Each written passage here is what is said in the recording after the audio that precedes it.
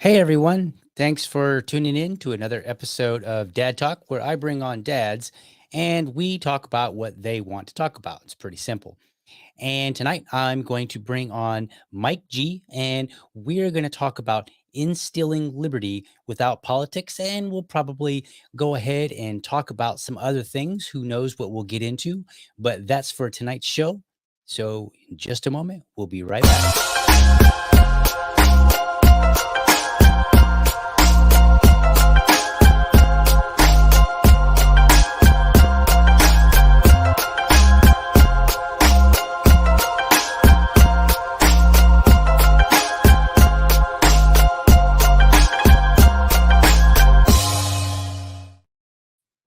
All right, Mike, how are you? Doing good. How are you? Very well. Enjoying the day. Got a bunch done at work and then was able to get outside and still get a little bit of woodworking in. Try to do a little bit each day if I can and just move some of my projects right on. So, doing It's pretty good. good today. It's good. Yeah, it's You? I'm sure it's a fair bit warmer down there Oh yeah. Yeah. than it is up here in Michigan. Oh yeah, definitely. Yeah. So, my dad's up in Michigan. Okay. Yeah. Not much outdoor activities getting done these days, which I'm sure my daughter is not super happy about because she I can loves to imagine. be outside, but Right.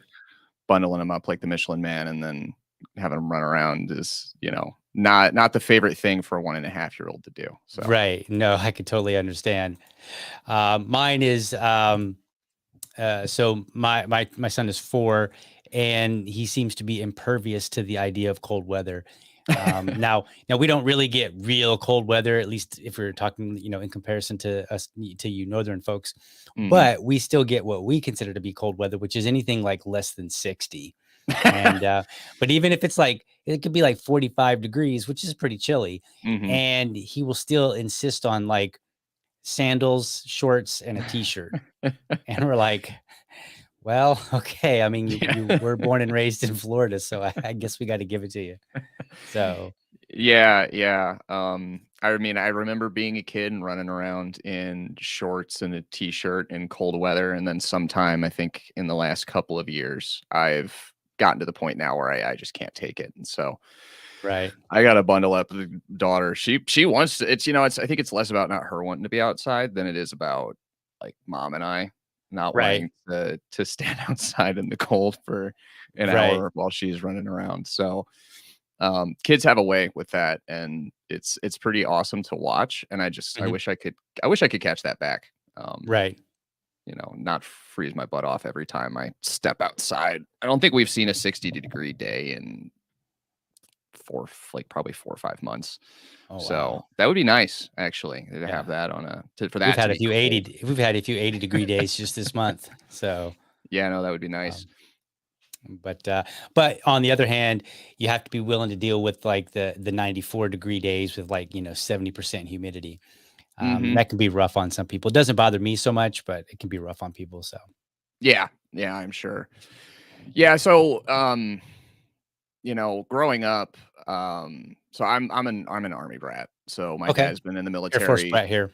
Yeah, my dad's been in the Army since I was like 7, and I'm younger than that, probably 4 or 5. Honestly, I can't remember it rolls together at that age.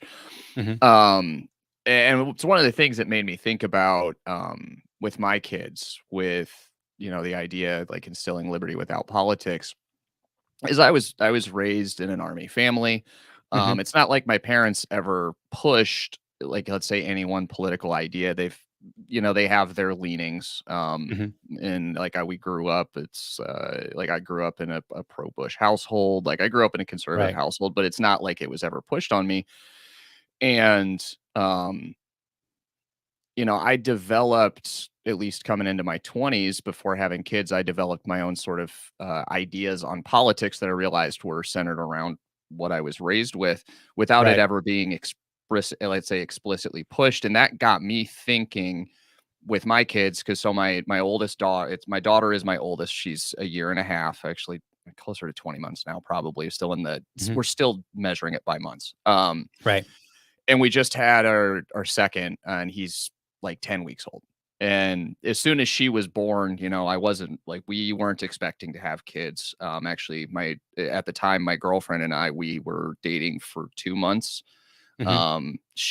We had broken up, and I got the call 3 days later, Mm. "Hey, I'm pregnant." And I'm like, "Oh boy. Right. Okay, like, we're gonna figure this out. Like, Yep, it's, yep.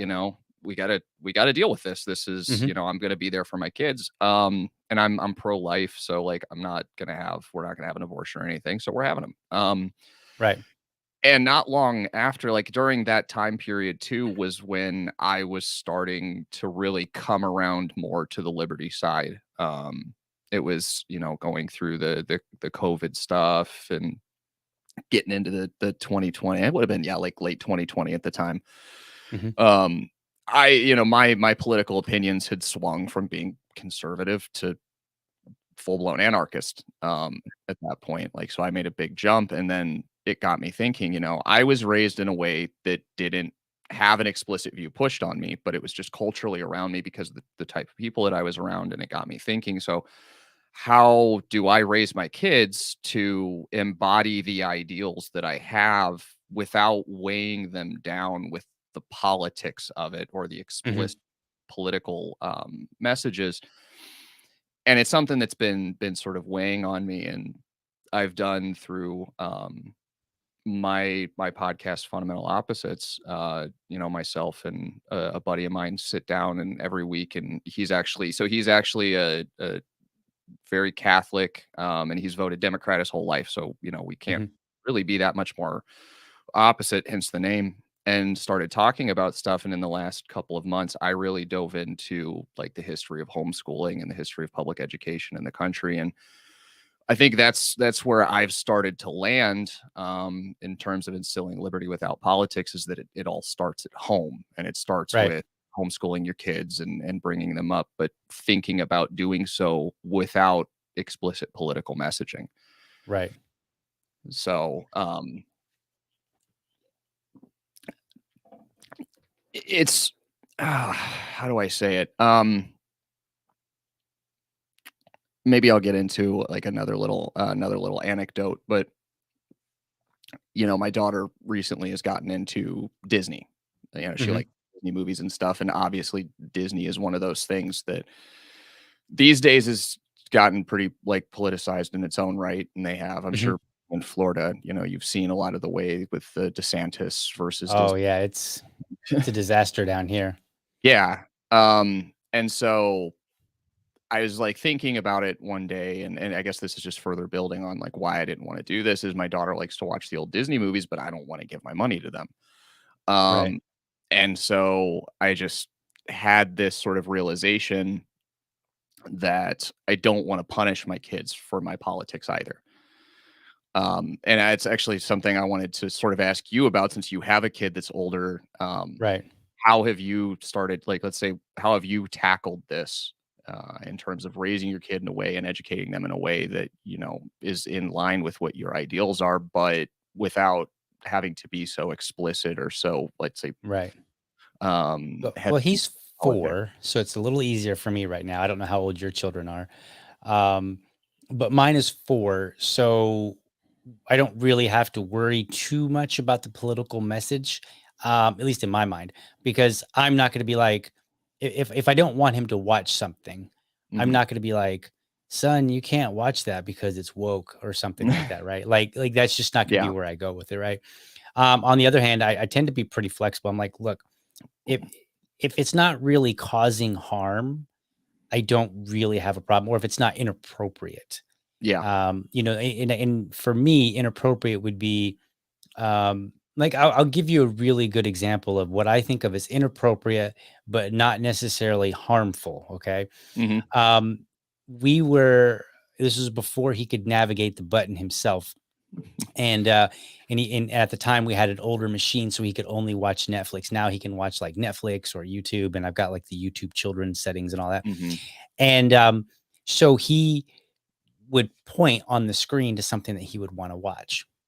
And we were in the kids section on Netflix. And so he pointed to something. I was like, and it said like TV7 or something like that. Mhm. And so I was like, okay, well, he's 3. I think he was like more like 3 at the time, maybe 3 and a half. And I was like, okay, 7, what kind of content could there be that a 7-year-old can watch that would just be so bad for a 3-year-old, right? Like it's Mhm. probably just more advanced than he's going to really understand, but it can't be bad. And so it was like some sort of anime type show or something. Yeah. And there was a girl walking around and she would like was not like she was having problems fitting in with her peers or something like that. And then, like, she would turn into, like, all of a sudden, out of nowhere, it would be just be her and, like, some one single friend, and she would, like, turn into some weird, like, ghost, and it would pop out of her, and then they would, like, devour the kid, and then she'd go back to being this, like, homely, very introvert type girl, and I was like, "What in the world?" I was like, "You know what? How about we set this one aside, buddy, because I'm afraid that it'll give you nightmares because it looked Yeah. kind of scary to me." I was like, "Man, this seems a little much for a 3-year-old." I don't even know if it's appropriate for a 7-year-old. Mhm. Now, is it kids material? Probably, but it just seemed like a little much. So we moved on from that. So for stuff like that, it's kind of easy. I just kind of be like, this is probably too scary, or Mhm. whatever. Um, I don't think I've come across anything where I'm like, oh, the message. Because like right now, all the messages are like singing songs that are Yeah. like children's songs, and they're the ones that I grew up with. So they're very, they can't possibly be woke because they've been around for like 100 years. Most of these songs, the wheels on Mhm. the bus and stuff like that. Right. So but as he gets older, what I'll probably do is treat it kind of like I did when I was a youth director a long, long time ago. And somebody asked me, they said, well, what about the Harry Potter books? This was when Harry Potter books were really popular. And of course, the evangelical church, a lot of them took a huge position against these books.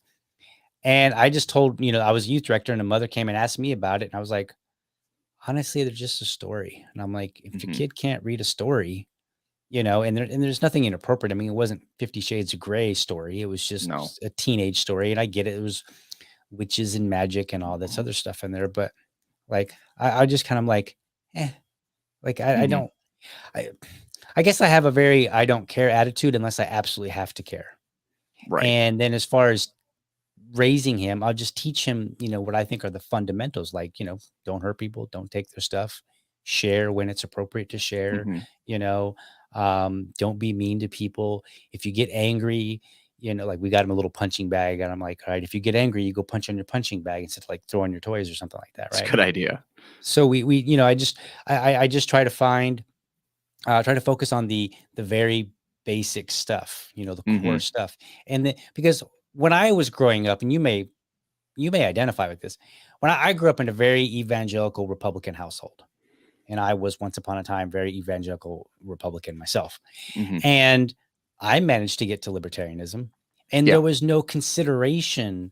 It was like, you do as we say you do. And they didn't tell me how to vote or how to be politically, but all of the issues that were in politics, my parents had strong opinions, and they would probably tell us that this is the right way or the wrong way. And Mhm. that was that, like, you support Israel, end of story, right? Like it was just a given, Right. why? Because we believe that's what scripture tells us to do. Okay, Mhm. well, fine. So I'm like, I managed to get to libertarianism, and there was no consideration for that. So I'm like, if I just consider it a little bit, maybe my son will get where I hope he would get as well. Right. Yeah. That's kind of my theory. I don't know if it's gonna work because it's my first one. I'm 4 years in. I have no idea what I'm doing. Totally winging Yeah. this as I go. But Yeah. that's my thought. Okay. I mean, I think I'm on a similar page.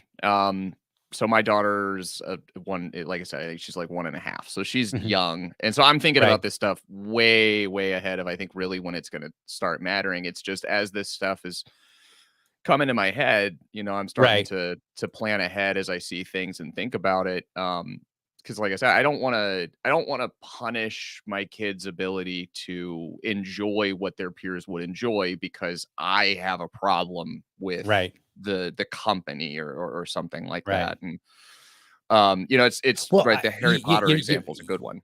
yeah, here's another good example. And this is actually one that's kind of along the same lines, but actually I've experienced. I just realized it. Um, I am a sugar opponent.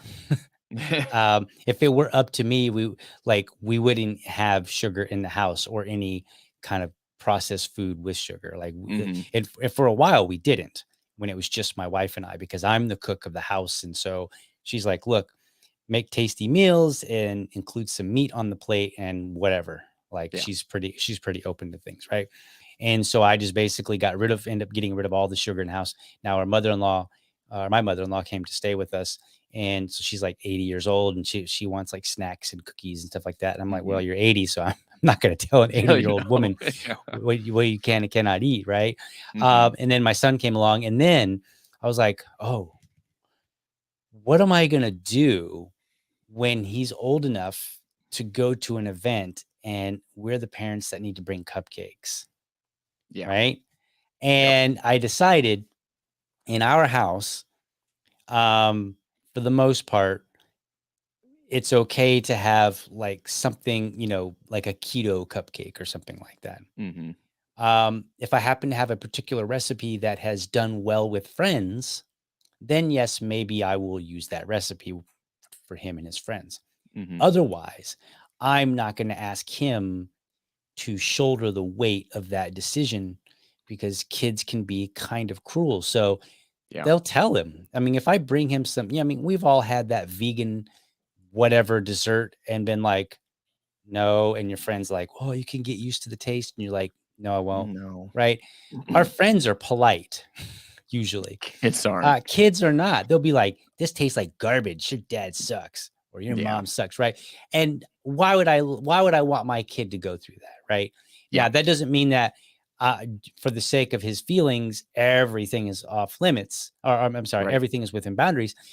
But I figure it's kind of like, if you only remove what absolutely needs to be removed, he will it will be easier for him to weather what comes his way, because it won't be every time he turns around, right? It won't be, oh, I can't watch this because it's woke. I can't eat this because it's sugar. I Yeah. can't do this because, it's a park and it's subsidized by government, by taxes. Like, if I were to go crazy and just take all these things off limits, that would Yeah. just be absurd. It's one thing if I want to do it, because I have to live with those decisions and the ridicule. Yes. But I shouldn't force him to, back him in a corner so that he will have to deal with those, unless it's extremely important, right? And Yeah. every parent's going to have that.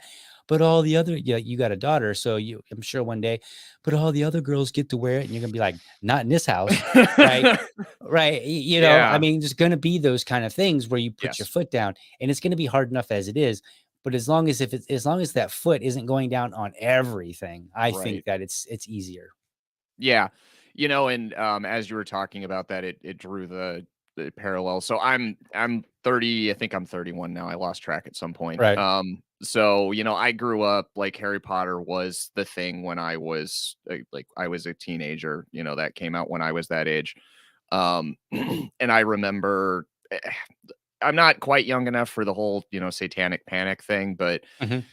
I it's am. I felt I mean, I sort of felt the effects of it, right? Because I was like I in high school. I mean, I'm still a big nerd, but right in high school I played Dungeons and Dragons and stuff. And I Right. remember having to convince my parents to a certain degree that no, it's not all occult and everything, right? Like Mhm. it's not like they were heavy evangelicals, but they still had that because it was considered to be a part of like what they knew just from the media they had growing up. And I knew kids who I think I was young at one point, and I remember a kid that had to throw all of his Pokemon cards away because it had Mhm. Mhm. evolution, and evolution was evil according to the Bible, Right. like that kind of stuff.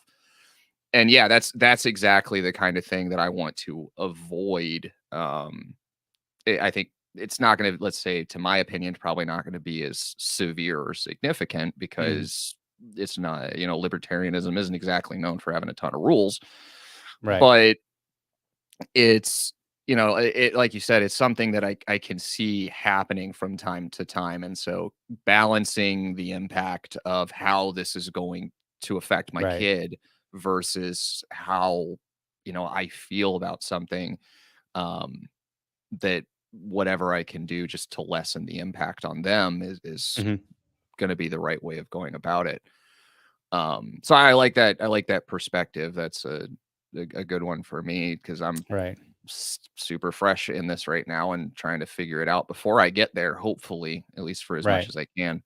And I think that kids pick up. My observation is that kids pick up a lot of things on their own, and they adopt the attitudes and behaviors of their parents to some extent, Mhm. right? Whether they're necessarily told to adopt them or not, they do. Right. Yes. And so, like from super duper simple things. Like right now, my son, I dropped him off at daycare the other day, and he's like, "I'm gonna wear your hat, Daddy," and I was like, "Oh, okay." And I like, in my mind, I'm like, "That's Daddy's hat, and I want to wear it," but he wanted to Yeah. wear it, so I let him wear it. Mhm. And like nobody told him to wear the hat. Nobody told him that wearing a hat was kind of neat or novel or anything like that. Yeah. He just decided on his own. Daddy wears a hat. I'm gonna wear this hat today. Mhm. And he's done that sometimes, like, oh, Daddy's got on jeans. I'm going to put on jeans or something, something kind of similar. And he's like, look, Dad, I got this and you got this. Right. So they kind of already do that. And of course, at some point they grow up and they start going their separate ways. Mhm. But even still, like when I look back and, and I was crazy rebellious and I Yeah. still adopted a lot of attitudes from my mom and my dad, even though I was extremely rebellious and I was getting into all kind of trouble that they didn't know about. So for me, I'm just like, they're going to adopt it. And if you set a good example and maybe you explain things and it makes sense to them, right? Then there's Yeah. less of a reason for them to go searching elsewhere. But if they do, and like this is the whole thing about Liberty Dad, because I started the show with this idea in mind. It wasn't really about parenting per se, but Right. it kind of stemmed from it. It was this idea that two ideas that I'm meshing together, Liberty and Dad. I'm going to be a dad. I'm all about liberty. Mhm. And so one day my son is going to hear about some ideas that are contrary to what I've told him, Yeah. you know, and, he's going to come home and hopefully he will, I will have set the example that you can always talk to Dad and ask him, because my mom and I had a great relationship where I would just ask her about all kind of stuff, probably around 17, something like that. Mhm. And somewhere between 17 and 25 were probably the years where, I talked to my mom the most. And and maybe even a little bit younger than that, but roughly around that area where everything was on the table to talk about. And we just talked about stuff, you know, could be religion, could be Mhm. politics, it could be, the insurance. It just didn't matter. We just Right. talk about stuff. And so well, ultimately what I want from him is for him to feel comfortable Yeah. to come and say, well, Dad, you said that socialism is a terrible idea. But what Mhm. if me and some friends want to get together and buy our own land and do this and this and this, or, whatever. So now he's coming, and so the very nature of him feeling comfortable asking me the question means that we have a proper relationship. And if he's willing to ask me the question, then there's a chance that he's willing to hear my answer, good or Right. bad. Right. Yeah, and I think exactly instilling that ability to just to talk things through. Mhm, And so thinking back to the way that I was raised, I saw sort of how do you manage that fine line like between being the parent and saying this is how it's going to be while mhm, still offering that opportunity to actually be able to talk things through and offer agency. It's interesting because you mentioned, right, like the age of 17 to 25. So you're talking in a period where you're on the cusp of and then becoming an adult. So this isn't a right. time period where your agency to do what you're going to do is inherent. Um, Mhm, and I don't necessarily know that it's possible to, let's say, not have a rebellious kid. mhm, But if I guess thinking, I would ask you your opinion on this before I give mine. But thinking back to that time period when you were, say, 15, probably 15 to 16, mhm, and how, I guess, if you had to parent yourself, how would you have approached the balance between being able to be open and have the conversation and give your child some agency, but at the same time, having to put your foot down, stepping in and saying, this is the way it's going to be, or this is the way it needs to be, in such a, let's say, in such a way that they feel like they can still come to you, Mhm. but understanding, right, that you're still my child. I still have Right. the final say here. I'd be curious your opinions on that for, let's say, that age. Um, maybe for you're talking about for the teenage, right? When the rebellion really Yeah. starts. So obviously, I'm not there, so I Right. can't really say. Um, I mean, I can look back on my experience and then think about it, like what I've done so far with my son. So Yeah. the other day, we were leaving the park, and I don't remember what upset. I think he might have just been tired. When he gets tired, Hmm. he'll start. The simplest no will make him angry, right? Like Yeah. he'll be like, "Can I have this?" And you're like, "Well, why don't we wait till after dinner?" And he'll be like, and then he'll start getting mad, right? Hmm. And he starts talking mean, and I don't really know where he got this because we don't talk like this. So Hmm. like I know that they pick up behaviors from us, but I'm like, where did this Yeah. come from? But he starts saying things like, like I want to break this, and I'm like, well, why do you want to break that? Then we won't have it. I'll have to throw it away if you break it, right? Hmm. And so we're driving down the road, and he's like, I want to throw your phone in the trees. That one really kind of surprised me because I'm like, I don't talk like this to my wife. She doesn't talk like this to Hmm. me. We don't talk like that to him. So Yeah. I'm like, well, if you throw the phone in the trees, then we won't have a phone. You won't be able to like watch Paw Patrol and whatever, this kind of stuff. Right. So I'm kind of telling him like, just kind of entertaining the idea, but not making a big deal of it. Hmm. Um, because sometimes what we've noticed is if you make too big of a deal of it too quickly, he has a tendency to escalate right back. Yeah. Okay. I'm pretty sure he gets that from his daddy, right? Because I don't respond to ultimatums very well. So if Hmm. you're like, if my wife is like, you are not going to hang out with that guy anymore, I'm going to be like, excuse me. Right. So Yeah. like, it's just, I don't respond to ultimatums or those kind of demands. And I don't think he does either. But so we get home and he's going through this, I'll throw your phone in here. I want to break this, blah, blah. We get home and then he's like, I just want to hit you in the face, daddy. Oh, jeez. And now he's 4 and he's trying to poke. It's what he's trying to do. Hmm. Right. He's And trying to get a rise. I was like, all right, look, you better slow your row. I said, because if you hit daddy in the face, so I suggest you think very carefully about this. And then Hmm. he was like, you could tell he was like kind of like still in this like, I'm serious, but he was kind of Hmm. like, I know dad's serious too. Right. And so I think that model, maybe, I'm guessing, might have Yeah. been beneficial to me because I know that I would poke and dig when I was younger. Hmm. And, my mom would say something, and I was a smart ass, right? That was my big one.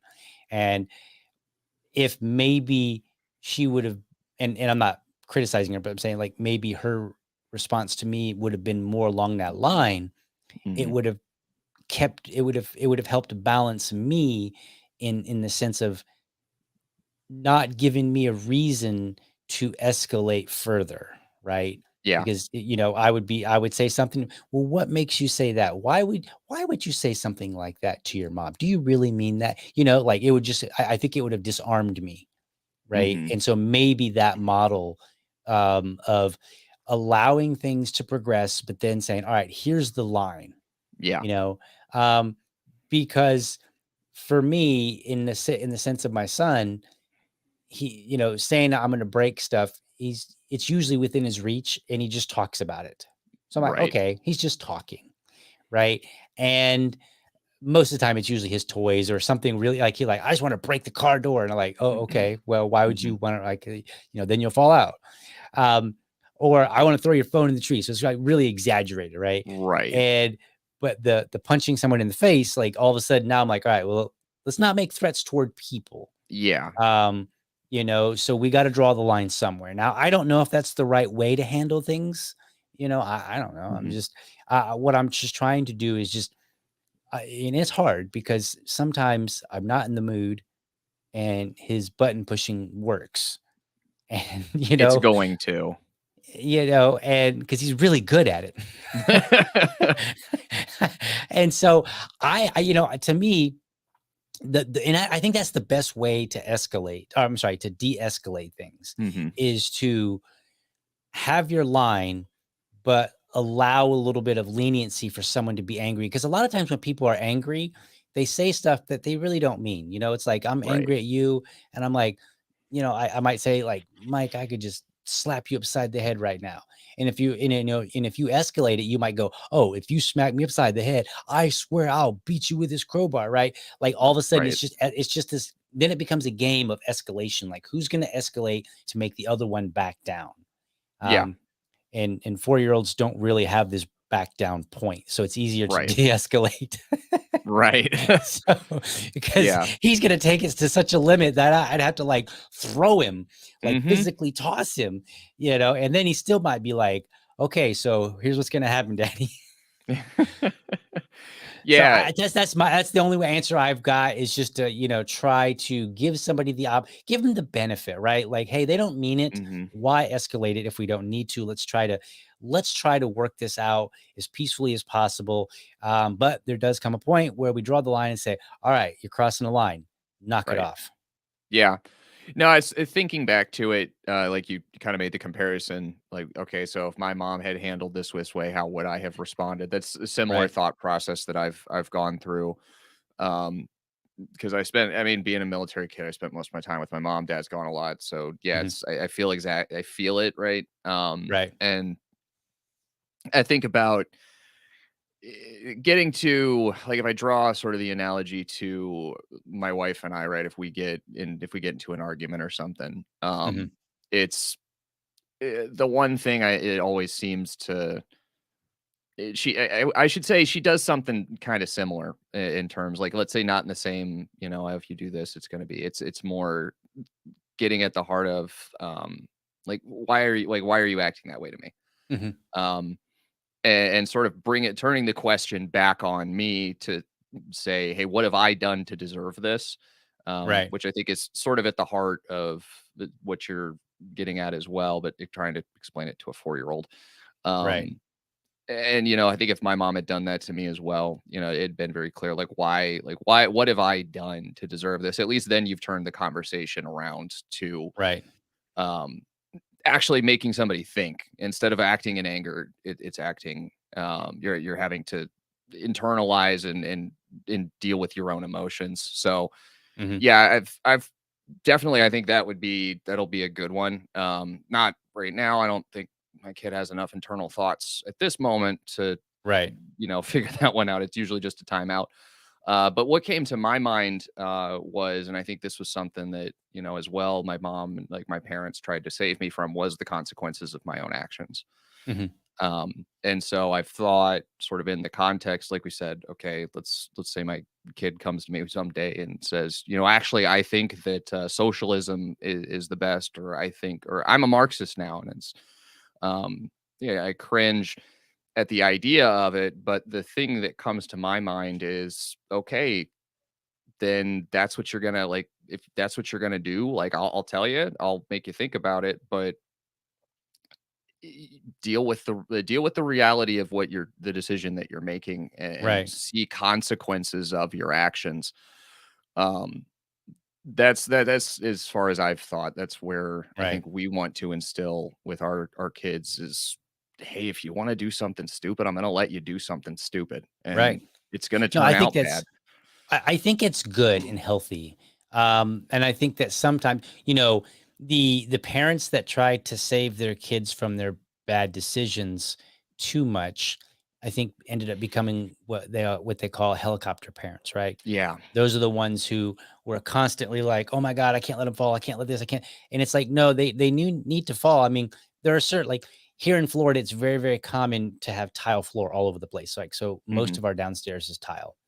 And when he was a little bit younger, he did the whole dropping like a little, he just like Ugh. totally Yeah. collapse.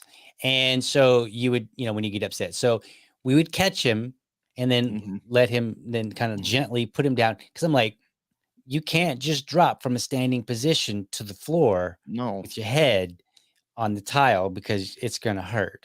Yep. And then, you know, as he played and just, went about life, he found out, oh, the floor is hard. And so you Yeah. see it now, he will drop quickly, but then stop right toward the end to keep his head from hitting the floor. Yeah. Right.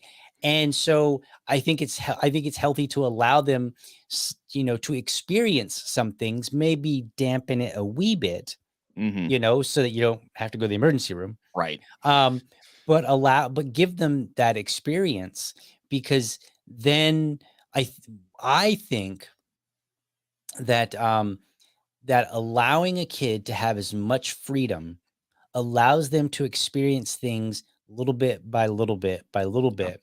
And then that helps them learn to appreciate whatever it is. So I'll give you two quick examples. Number one, my wife and I, a long time ago, just before our son was born, we went out to California on vacation, and we went to all these vineyards, and we were checking them out. And we are at one particular vineyard, and the girl couldn't have been more than like 26, she's 27. She wasn't very old. And she come out and she was telling us all about the wines and all about the grapes and all about the soil that it was grown in and the climate from where it was. And, it was just this insane amount of knowledge. And so I was like, how do you know so much about wine? I said, because it just does. I mean, did you go to school for this? Because it doesn't seem like, without very specific training, you've literally lived long enough to acquire this much knowledge. Mhm. And she said, well, my parents were wine enthusiasts. And she said, ever since, somewhere around the age of 12 or 13, when they could hold a glass at dinner time, they would get a splash of wine, like, when they were like 12 or 13 years old. Mhm. And then her dad would say, here's a pen, here's paper, write down 3 things you taste out of that wine. And I'm not encouraging people to give their kids wine necessarily, but what she pointed out was very interesting. She said, "So I really, at a younger age, I learned to appreciate wine in the way Mhm. that a lot of adults learn to appreciate it later in life." Yeah. And she said, "When I went to college," she said, "all my friends got drunk," and she said, "But I never got drunk because, to me, wine was something that you enjoyed and you appreciated. Like, it didn't really make sense for her to go and get hammered and wasted, Mhm. because that's not how you enjoy wine. Like, that was the way that she was raised. She was like, you enjoy wine differently, and that's not it." So Yeah. the second story is when I was probably about 16, 17, 18, somewhere around, no, so yeah, 19, some 17 to 19. I had a friend, and he had, I guess this was when I was a little bit older, because he had already went to college.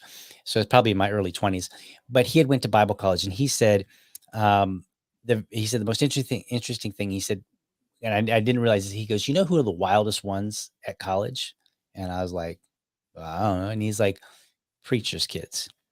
He said, because preachers' kids are known to be shielded from all these things. And he said, so what ends up happening is they get out on their own, and now they're not making the simple decisions like, should I have a whole glass of wine or maybe 2 glasses of wine? It's, Mhm. should I drink all night long Yeah. with all my friends who are drinking all night long? And because they've never had any reason to, or they've never had the experience of making decisions on a smaller scale, they actually make them on the larger scale more, like, they make them badly, but because they're a larger scale, they make them, they're wildly bad. Right. Right. So they go nuts. And he said, so the worst ones are the preacher's kids. He said, I said, hands down. And so I think by exposing them to things, they start to learn how to appreciate. So like we expose him to everything. You probably see pictures of him doing stuff like working with Mhm. my tools and stuff like that. And like, he started playing with the plugs a long time ago, so we started showing him how to plug in a whatever, something, Mhm. it's appropriate. And I think that kept him from really experimenting with anything else, because he learned that, hey, this prong goes into the socket. And I don't think it really occurred to him that maybe a fork might go into it. Right. Right. or, not might go into, but you get what I'm saying. Could. And so I think by the process of exposing kids to things on a much, much smaller scale, they learn the proper use of things, whatever it Yeah. may be. Now you can't Yeah. do that with everything, right? No. Like, yeah, I mean, I wouldn't be like, all right, you're 13 now, so you're gonna have to have your first, sexy time. Right. Like that would be crazy. Yeah. But I think I think for many things in life, this actually holds very, very true. As you expose them to stuff as they show interest. Not, you don't have to force it. I just think as they show interest, like, oh, you're interested in Mhm. this, let me show you. And Right. I think that's how we can. I think I've lost my train of thought on what you asked earlier because I yapped so long. So I apologize. You're But good. I think I think it's a good approach to, minimizing the, going wild and crazy with whatever it is. Yeah. No, so I I remember what it was. You had mentioned, shielding them from their bad decisions. So yes. you allow them to make bad decisions in small increments. And I think when it Mhm. comes to bigger things, they've learned the smaller ones, and so now they can apply all those lessons to something bigger. That's where I was really going with all that. Yep, that's kinda what I got from it. It's funny that you brought up at the beginning there the, flopping down on the tile. So we, Mhm. being the, "Hey, let them experience what they're gonna experience," our daughter started throwing tantrums, but this is when we had carpet in the living room, and so she'd throw Right. herself down and it was fine. Not Right. I didn't really think much about it, but we put, like, a hardwood floor in the living Mhm. room, and the next time she went to throw herself down, there was a loud thud, and she had thrown her Ouch. head straight down on the ground. I was like, "Oh, shit." And Right. that's, exactly that, like, the kid, you know what she hasn't done since? Thrown Right. herself down on hard floor, Right. because she felt the consequence of it, and then, yeah, I like the tie-in to, um, letting them sorta like you said, sort of fail small, Mhm. um, but also building up how do I phrase it? Like building up a collection of experiences under supervision and what it Right. takes me to getting back, let's say, all the way to the first thing talking about Disney is I think there's an instinct, and I've seen it from I don't know if I've seen it so much in the liberty community on Twitter, but I've definitely had it in conversations with people in the libertarian community. Is this, I don't want to like we said, woke. I don't want to expose my kids to the woke stuff. I don't want them to see it, and that's always sat poorly with me. And I think I can verbalize Right. it now as we've talked about it because the first time they're ever exposed to it, they're going to gravitate to something that they never got to have. Right. I can draw like experientially for myself. I was raised Catholic, and then by the time I was like 13, I became a militant hardcore atheist because I hadn't been exposed to anything outside of it. So I Right. found a way to rebel, um, and I went for it because it was something different. And um, this was an area where I think had things not been so homogenous in my house, and it's not like I was entirely sheltered, but I have a distinct memory of growing up and not being allowed to watch the Jim Carrey movie Bruce Almighty because it was Mhm. blasphemous, Right. kind of Right. thing. And so I think had I been able to be exposed to the ideas and had the conversations about them and understand them and get the context, I probably wouldn't have gone down the same path that I did.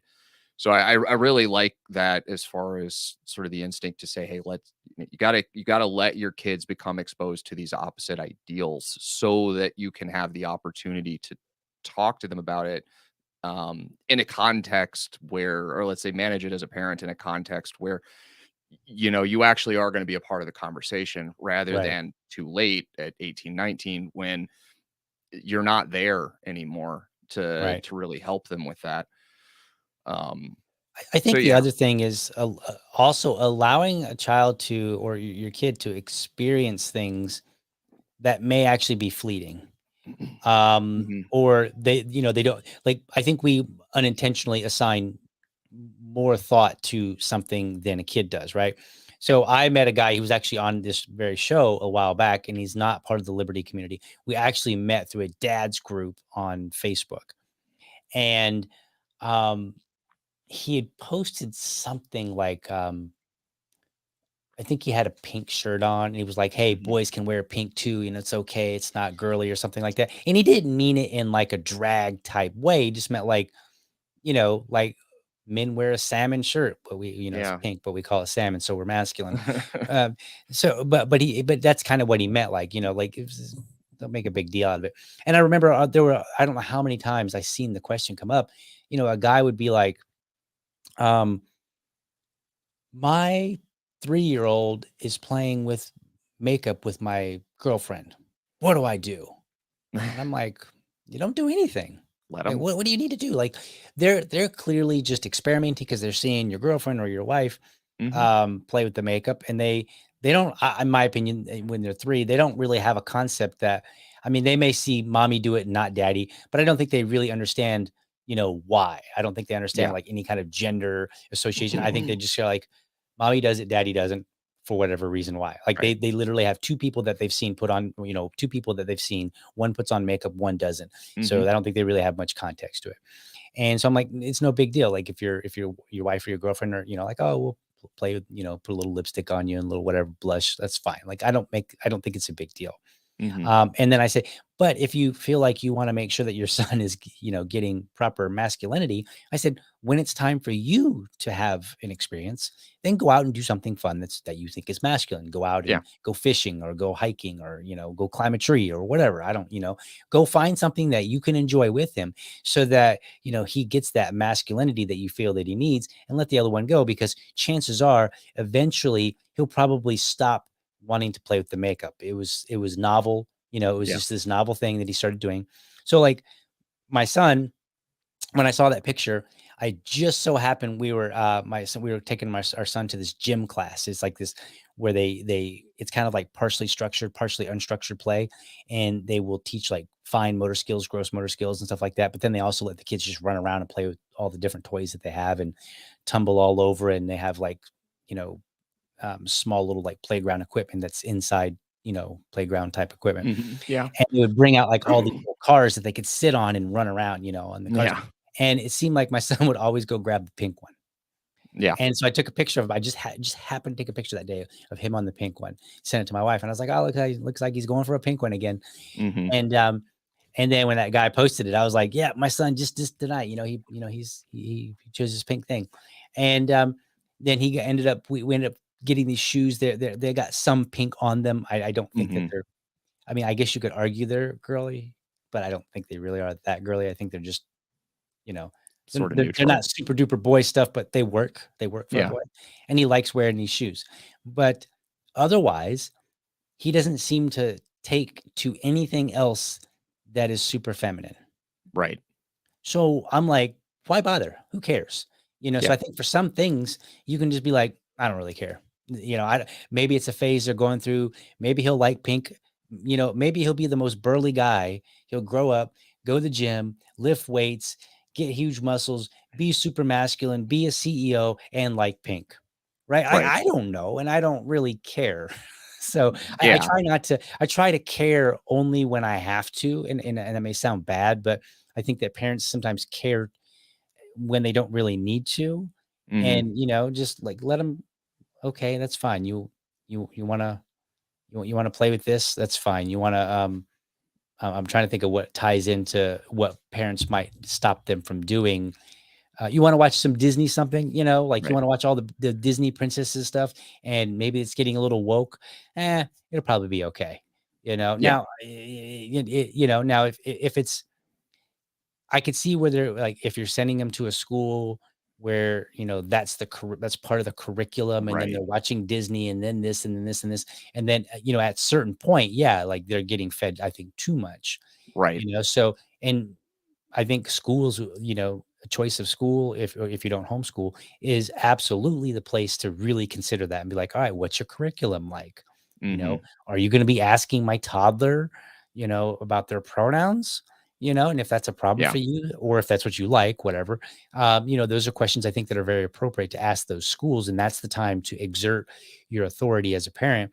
But then if it's something where it may be fleeting, probably just let it go and it'll be fine, I think. Yeah. I think I would be of the same mind. That's the way that I've kind of thought about it as well, is you got to let them, you have to let them be themselves, emulate who they like, become who they want to become. And then Mhm. if you want them to have certain values or anything like that, as we said, emulate that yourself. Make sure that that's you need to demonstrate to them the kind of person that you want them to be by being that person. Right. Um, and it's the school thing. I think that was like kind of the one other thing I wanted to discuss today. Is I intend to homeschool my kids. I have a real problem. I have a serious problem with public education. Mhm. It's one of the things I've been loudest about, and I'm a huge proponent of homeschooling. But I also recognize that it's not something that's available to everybody as well. We've seen tons of pushes come for school choice. Especially out of Corey DeAngelis. He's been a huge Mhm. proponent of that. He's made a lot of good progress there. But regardless, not everybody's going to have that choice. And so as I approach the problem and thinking about homeschooling, I obviously am going to be crafting a curriculum that I want to make sure that fulfills their needs, and there's good resources out there. I think that there's a space maybe for some more polished ones. Mhm.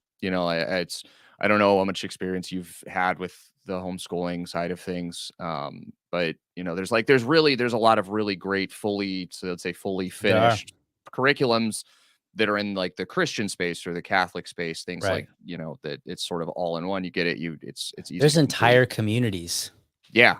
of homeschoolers where people chip in and, somebody does music, so they're the music teacher. And there's my brother and my sister were homeschooled.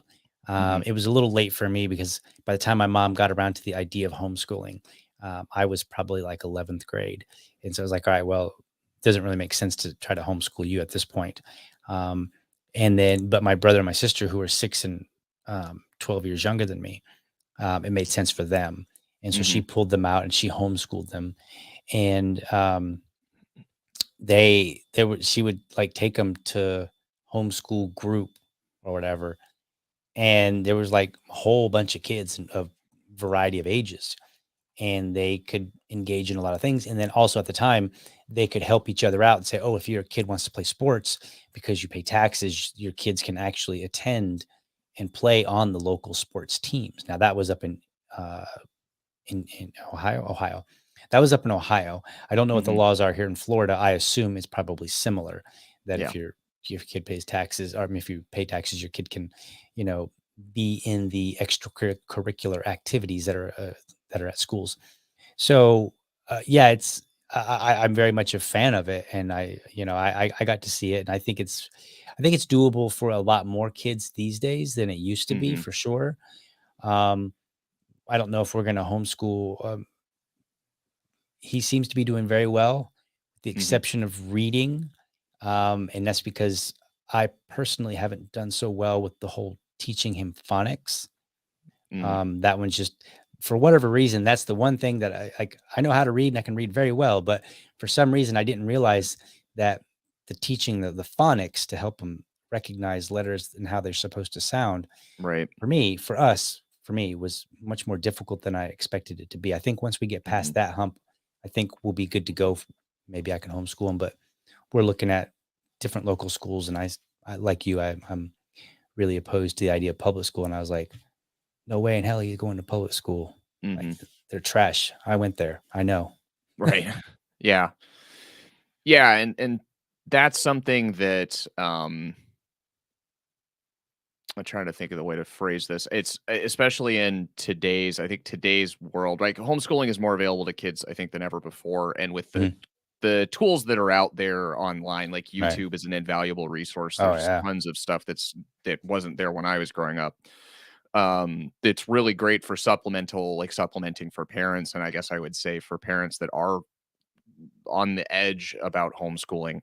Like you mentioned, there's tons of groups out there that exist. I know if you're secular, if you're, not religious, I think there's less.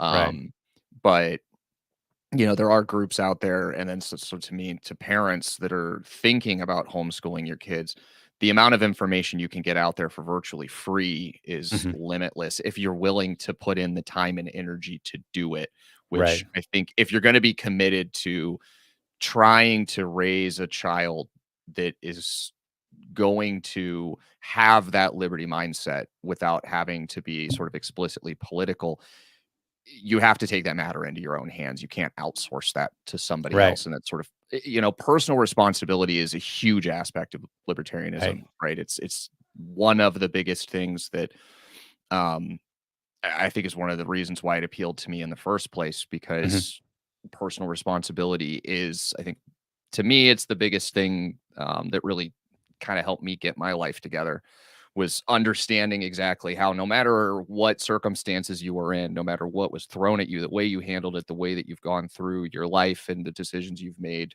the success that you have it is a function of what you have decided to do with it, or what work Mhm. you've decided to put in. And if you're not where you want to be, it's because you've made decisions along the way that either held you back because you didn't know, or because you just didn't care enough. We've all had those moments. And so, to families that are worried about being able to homeschool, or they're worried about public schools, or they don't have the resources, like, I would say, I think you do. You Mhm. need to figure out how to execute that and how important it is to you, Right. to have those, especially in a world where there's a lot of dual income families. It's a lot harder to get by. We all feel the effects of inflation as they've been happening. Right. And so I know everybody's dollar is stretched a little bit thinner. Mhm. Um, Right. and I know our time, especially as parents, is stretched very thin. But hey, I'm on here at 10 o'clock at night. Like, Right. we make time for this, Right. if it's something that you believe in. So it's, I guess, maybe not so much, maybe it's not a huge aha moment for everyone, but for anybody that is listening, um, try to get your mindset in that space, that if Right. this is something you really, really want for your kids, then you have to do what you have to do to deliver on it. And Oh, I yeah. do think that Absolutely. homeschooling, or at least making sure that your kids aren't in public schools, is I think the single most important thing you can do for making sure that you can raise a liberty oriented, or at least a kid that is going to embody your morals and ideals. Mhm. No, absolutely. Now here, let me throw a curveball at you on that whole Hmm. schooling, and Yeah. I don't want my kid to go to public school. So, do you know who Dennis Pratt is? Yes. So, up there with the Free State folk, he was on the show, and if I recall correctly, which I'm pretty sure I do, he mentioned that I don't remember what age, but I Hmm. believe with their daughter at a certain point they gave her the choice. They said, "Would you like to go be homeschooled? Would you like to go to public school? Would you like to go to private school? Something like that." Yep.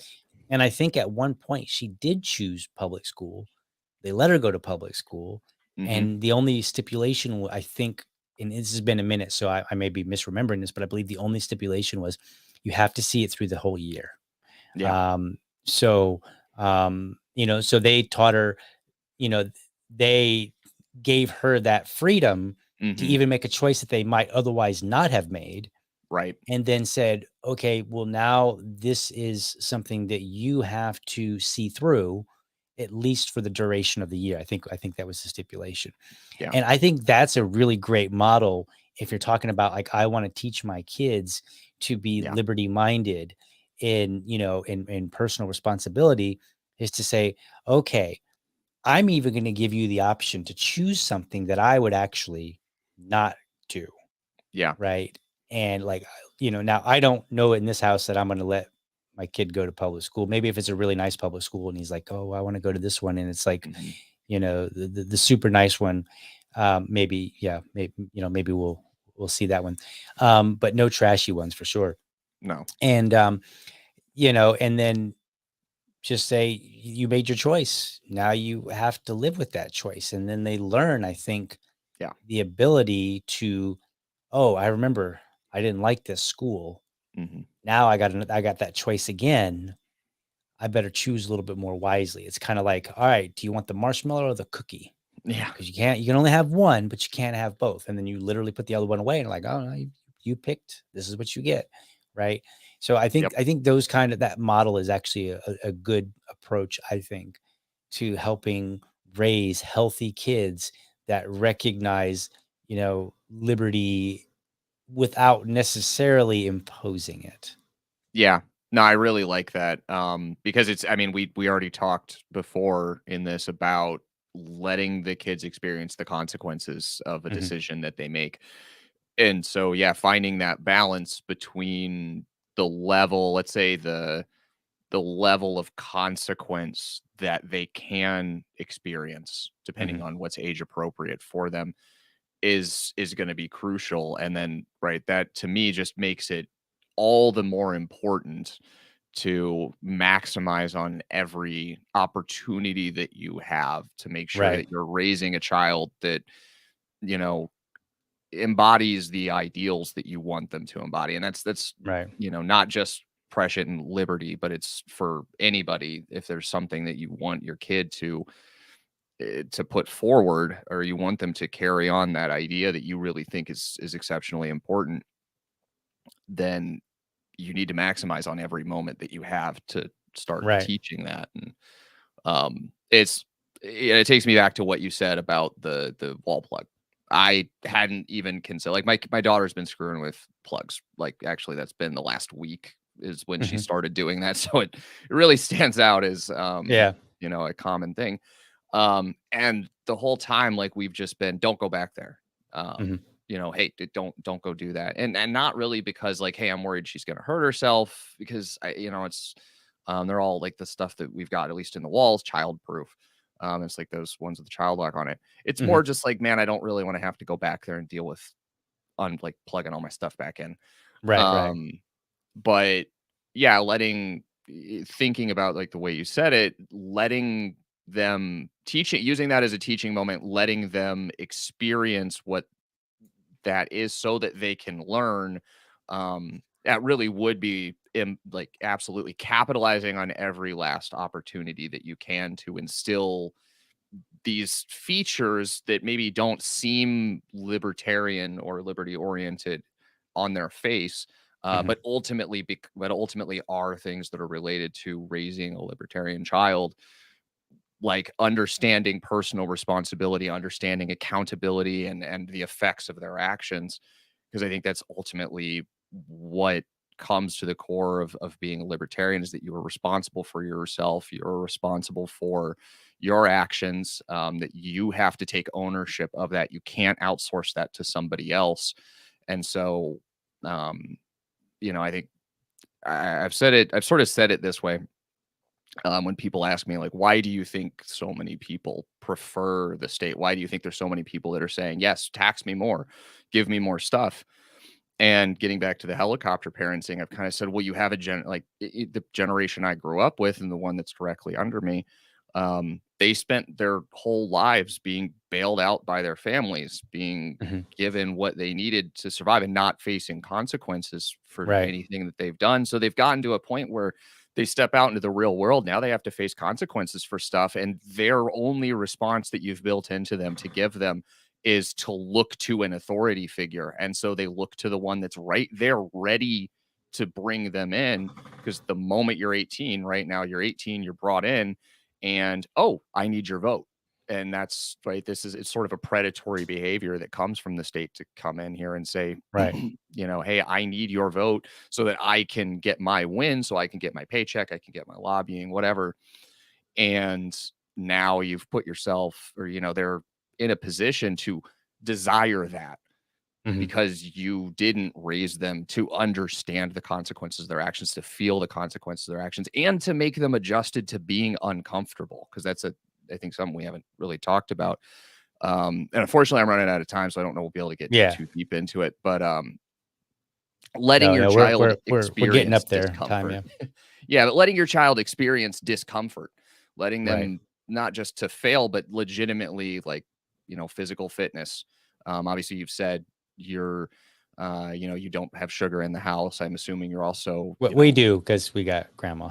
right now, but but but he actually, we raised him not, so he likes salty snacks, right? And so that can Mm, be a so challenge. And he good. does like cookies and things like Mhm. that, but he's not obsessive with it, so it Right. doesn't make it too bad.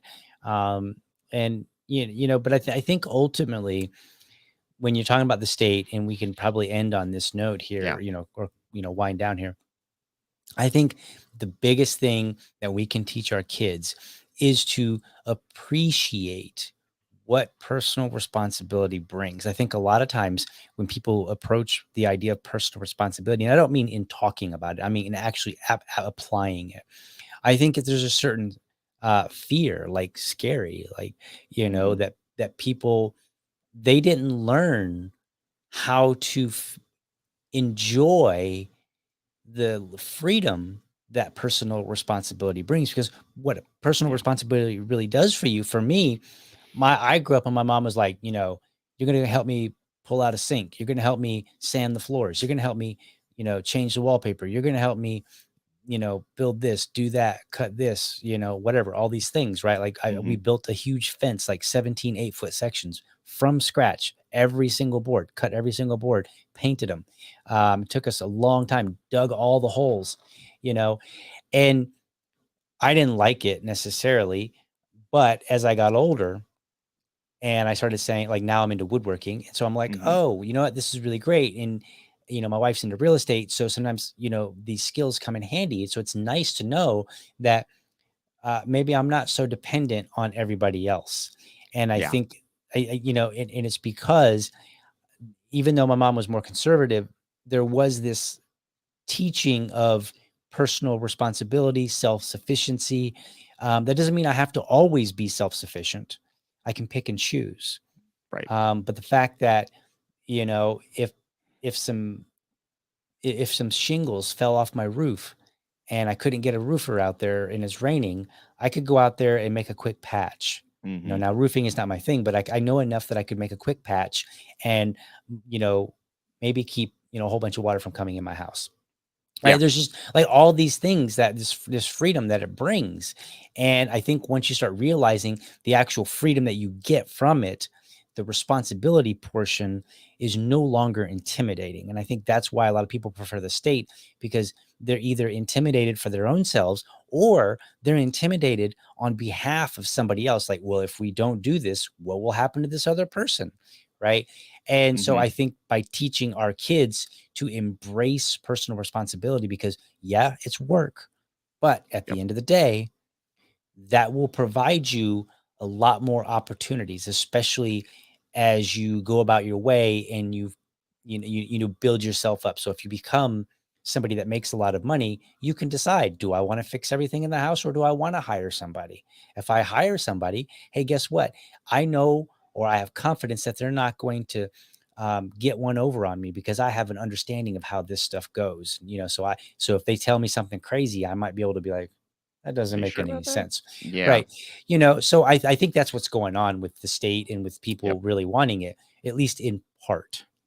We don't I have time to really get into the fullness of why No. I think, but that's an entirely different conversation. Yeah, I think the only, like, let's say the last thing to that I would add there, is, oh, how do I say? Like you said about the skills and having to learn the skills. And I know when I grew up, I didn't. I was afraid of failure. I never pushed through anything. It took until I was an adult to actually learn how to get past that wall.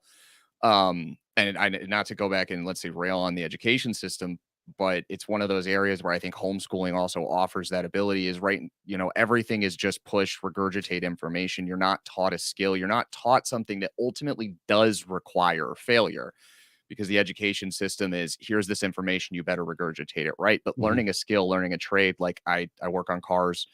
This is something I had to do it wrong quite a few Hmm. times. Like, I had to, the amount of times, like, it took me to get an old VW engine that I had running, and it was like, okay, it wasn't this, it's got to be this, let's try this, go back to, Right. and that exercise in failing over and over and over again to ultimately, like, understand that the benefits of failure is absolutely absent from the current academic system, and Hmm. that's a huge Right. area where I think parents can benefit. Absolutely. As they say in woodworking, some of my favorite channels, they say the difference between a good woodworker, I think they say a good woodworker and a great woodworker is not how many mistakes that you make, it's how well you can fix your mistakes. Yeah. And I think it's pretty profound, like if you feel confident, like you said, I've made all these mistakes in repairing my engine for my VW.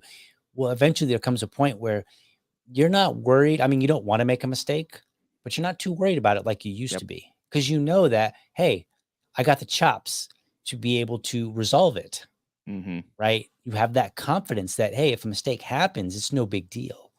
Yeah. Um, which is probably not your experience when you first start out. You're like, oh, I don't want to make a mistake because what will happen? Oh no, it might cost me a whole lot more money. It might take me a lot more time. So Yep. I think that's I think that should be the goal of every Liberty parent, is to teach your child not, that's okay to make mistakes, and how you handle them is more important than whether you make them.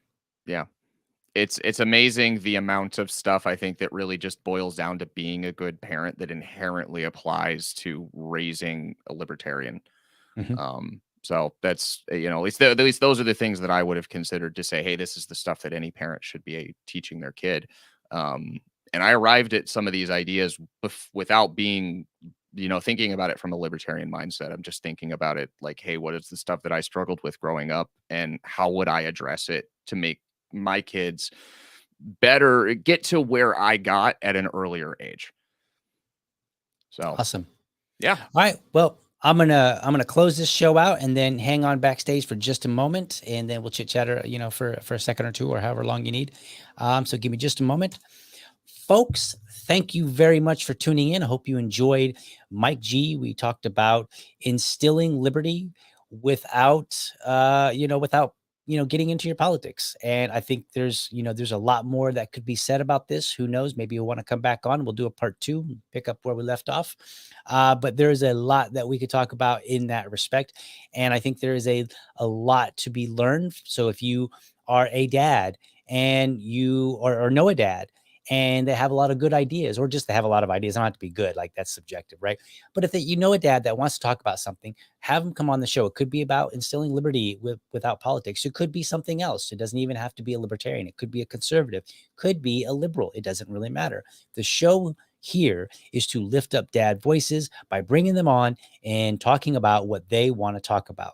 So reach out to me, Liberty Dad Pod on Twitter, Liberty Dad on Facebook, and you can also send me an email to libertydadpodcast@gmail.com. I would absolutely love to hear from you, but that's all for tonight. So thank you for listening. As always, guard your liberty, stay safe.